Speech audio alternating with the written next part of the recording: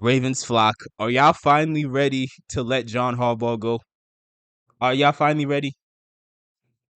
Now I'm getting too ahead of myself here, but long story short, the Ravens blew another fourth quarter lead, this time to the Las Vegas Raiders. We just lost the game 26-23. And in the past 4 years, a new stat has come out that says that in the past 4 years, we've blown 10 leads in games where we led in the fourth quarter by 7 or more points. And we have more losses. The only teams that come close are the Bears, the Colts, the Seahawks, and the Titans.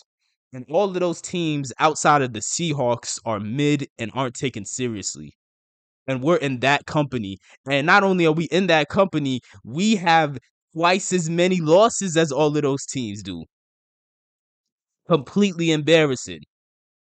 John Harbaugh still can't throw challenges. He still don't know what he's doing out there. He's still getting out coached. John Harbaugh just got out coached by Antonio Pierce. Antonio Pierce hasn't even coached a full season yet.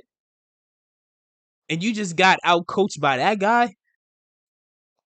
But you got Ravens fans that still want to defend Harbaugh? This is ridiculous. He still can't manage the clock to save his life. He's still throwing challenges out at the most ridiculous times just to do it, even against the wishes of his own team. You got Lamar on camera telling you, hey, don't throw the challenge, and you threw it anyway. But I thought this was supposed to be an era where Lamar has more control of the offense. That's what y'all said. Which was obviously a lie, but even if that was the truth, okay, well, if he has more control of the offense and he's telling you like, "Hey, don't waste the challenge on that. Just don't do it," and you do it anyway, that sounds to me like your pride got in the way. But you just wanted to make a statement that you don't that oh he doesn't run anything. I make the decisions at the end of the day. The stuff that happened in this game was the reason I was nervous in week one. And a lot of people they kept saying, hey, it's just week one, it's just week one. And like, to me, I don't think that's a valid response considering the red flags that we have as a team. It's not like we had minor red flags. We had like these serious red flags that came right back up in the very next week. So are people going to say, hey, it's just week two? That's a slippery slope. We're not in a position where we can have that sort of lax response to the team right now, where we can say, "Oh, it's just week one, it's just week two, it's a long season." Like we can't do that. We're not coming off of a Super Bowl win. We're in the midst of a closing Super Bowl window. It's now or never. We have to make it happen right now. So we have to pay super close attention to all the red flags that are there right now. We can't just wait till it's too late. And that's a big problem with a lot of Ravens fans. They want to wait until it's too late to finally admit that there's a problem. Steve Saunders was a problem for a minute. Ravens fans wanted to wait till it was too late to finally say, yeah, we need to get rid of Steve Saunders. Greg Roman was a problem for a minute. Ravens fans wanted to wait 3 years too late before they finally said, all right, yeah, he's a problem. John Harbaugh has been here 8 years longer than he should have been. And Ravens fans are finally reaching a point now where they're finally ready to admit, oh, yeah, this is a problem. And even then, there's still people trying to defend him. How can you defend this? We've blown another fourth quarter lead. We went out and got Derrick Henry, all this hype, and then we still don't want to run him. We still don't want to use him. For what? What's the point of getting him then? What's the point of pretending like you care about winning, but then you're not putting the best offensive line out there? Falele still sucks. He sucked at right tackle, and now he sucks at right guard. You can't convince me that Ben Cleveland can't do any better. You can't convince me that Ben Cleveland can't be a more productive player at that position. This is all about John Harbaugh's pride. We all know that Harbaugh, when he puts people in the doghouse, he doesn't want to let these people out, even if it's to the detriment of the team. I don't even know where to start with this game. I mean, I guess I technically already started. Like the O line, it was a mess. Really, we should have kept Kevin Zeitler. We let Kevin Zeitler go, and he didn't even want a lot of money. We just let him walk out the door for no reason at all. And for whatever reason, John Harbaugh doesn't want to put Ben Cleveland in the game. He's not even explaining why. He also John Harbaugh, when asked by the media, when he's asked questions, he doesn't take accountability. Like we haven't had a good O line in 5 years. Why is EDC? Why is he accepting of that?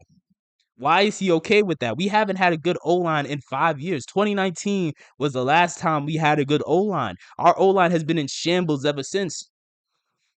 This is absolutely ridiculous. Zay Flowers, he had a decent game. He put up, I think he had like 91 yards or something like that. Um, nobody else on our offense did too crazy as far as numbers, really. Everybody had a few catches here and there. Bateman had a very bad drop that hit him right in the hands, became an interception that completely turned the game on his head. But outside of that, Bateman had an okay game, but that's definitely just a catch I'm sure he wish he had back. That's embarrassing. Like I know people are extremely mad at him. I'm just 50-50 on it at this point. It is what it is. Not that we shouldn't hold him accountable, but it's just a it's just a tough situation really. Especially because Bateman's drop was not the only issue in this game. So I don't think putting it all on him really makes sense when there was so many things that went wrong in this game. Again, we're not using Derrick Henry. We are not using Derrick Henry. We have Pat Ricard and Derrick Henry on the same team, and we're not using them. And then when we do put Derrick Henry out there, we're not using him in a versatile manner. We're using him in plays that are obviously passing. I mean, obviously rushing plays, and we're throwing Justice Hill in plays that are obviously passing plays. When in reality, we should be letting Gus run a little bit more and letting Derrick Henry be in passing plays a little bit more. There was one play where Derrick did catch a pass. We should do that on a more consistent basis. But it seems like Todd Monken is stubbornly trying to fit Derrick Henry into the type of running scheme or the type of scheme that he wants him to, instead of focusing on the type of scheme and formations that Derrick Henry is best at. So it's a weird situation because and then on top of that, I can't even put it all on Todd Monken. Again, we don't have a good enough O line to let a guy like Derrick Henry get to his top speed. Again, he's a downhill runner, so he takes mad long to accelerate. And instead of us having a good enough O line, they prioritize just throwing anything out there. So now he can't, again it's hard for him to get going. Really to balance that out, we need somebody more explosive. Basically, we need Keaton Mitchell. I don't know when Keaton Mitchell's coming back, but we desperately need Keaton Mitchell in there. But and then it's like I still can't even put it on Henry. I can't even call him washed really because I mean, we're giving him like less than 20 carries a game. We're not even really giving him time to really get going. Moving on, Justin Tucker is a shell of himself. He's still good. You know, Justin Tucker being washed is not the same as the average kicker being washed. Obviously, he's still automatic from kicks that are like 40 yards or shorter. But the days of us thinking that he can go out there and kick 45, 50, 55 yarders. Those days are over. And going back to the past year and a half, he's been atrocious from those type of field goals from that type of range. We have to let go of the idea that he's still Mr. Automatic. Though it's a wrap for that, man. And it is what it is. He's like what? He's like 13, 14 seasons into his career at this point. We knew this was going to happen eventually. We can't keep putting out a mediocre offense and then hoping that Justin Tucker bails us out. That's not a good plan. Speaking of plans, the coaching staff, John Harbaugh, doesn't have a plan. After 7 years, the plan is still just them saying, "Hey, Lamar, can you please save us?" That's still the plan. And again, and next week, everything's on the line next week. If we can't if we can't go out there against Dallas and win, this season is over. Completely over. We're not coming back from '03. It's going to be too big of a hole to try to climb out of. We have to win next week.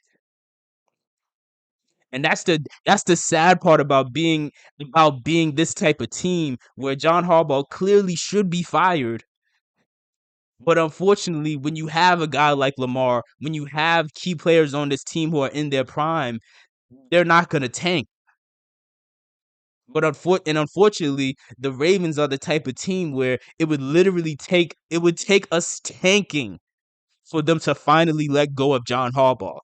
We had his replacement on the staff just a few months ago. We let Mike McDonald go to Seattle instead of promoting him. That should have been the easiest promotion ever.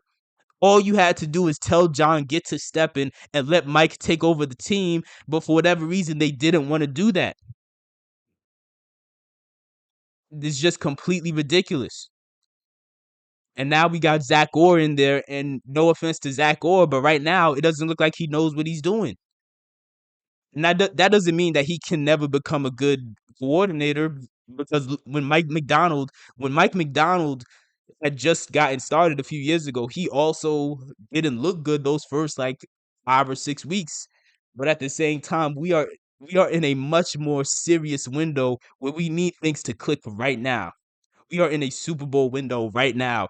The window is close to closing right now. We need it to click right now. And I don't know if Zach Orr is ready for that. He's trying to learn on the fly, and this defense is just not looking good. All this money and draft picks spent on this defense, and we still can't stop people on a consistent basis. We still can't get key turnovers on a consistent basis. We're allowing over 26 points a game right now. That's gotta be bottom 5 in the league right now. That has to be. I haven't even checked, but I know most likely that's gonna be bottom 5 in the league if we keep this up. Like, this was embarrassing to watch, man. Like, the Raiders had a one-dimensional offense where they couldn't run the ball, and we knew they were gonna throw it to Devontae Adams and Brock Bowers, and we couldn't stop them. They just kept spamming plays where they throw it to Devontae Adams over and over and over again, and we couldn't stop them. And on a side note, that's the difference between a real number one receiver and a receiver who's not.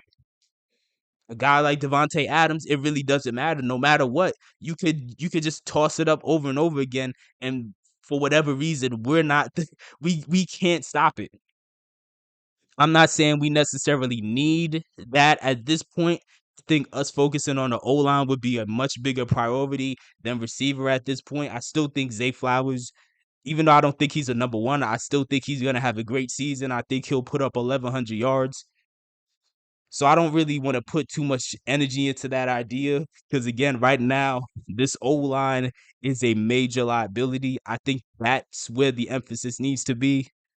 But that's neither here nor there. To get back to the defense, I don't know. Our secondary just always seems out of place. Everybody just always seems out of place except the D line.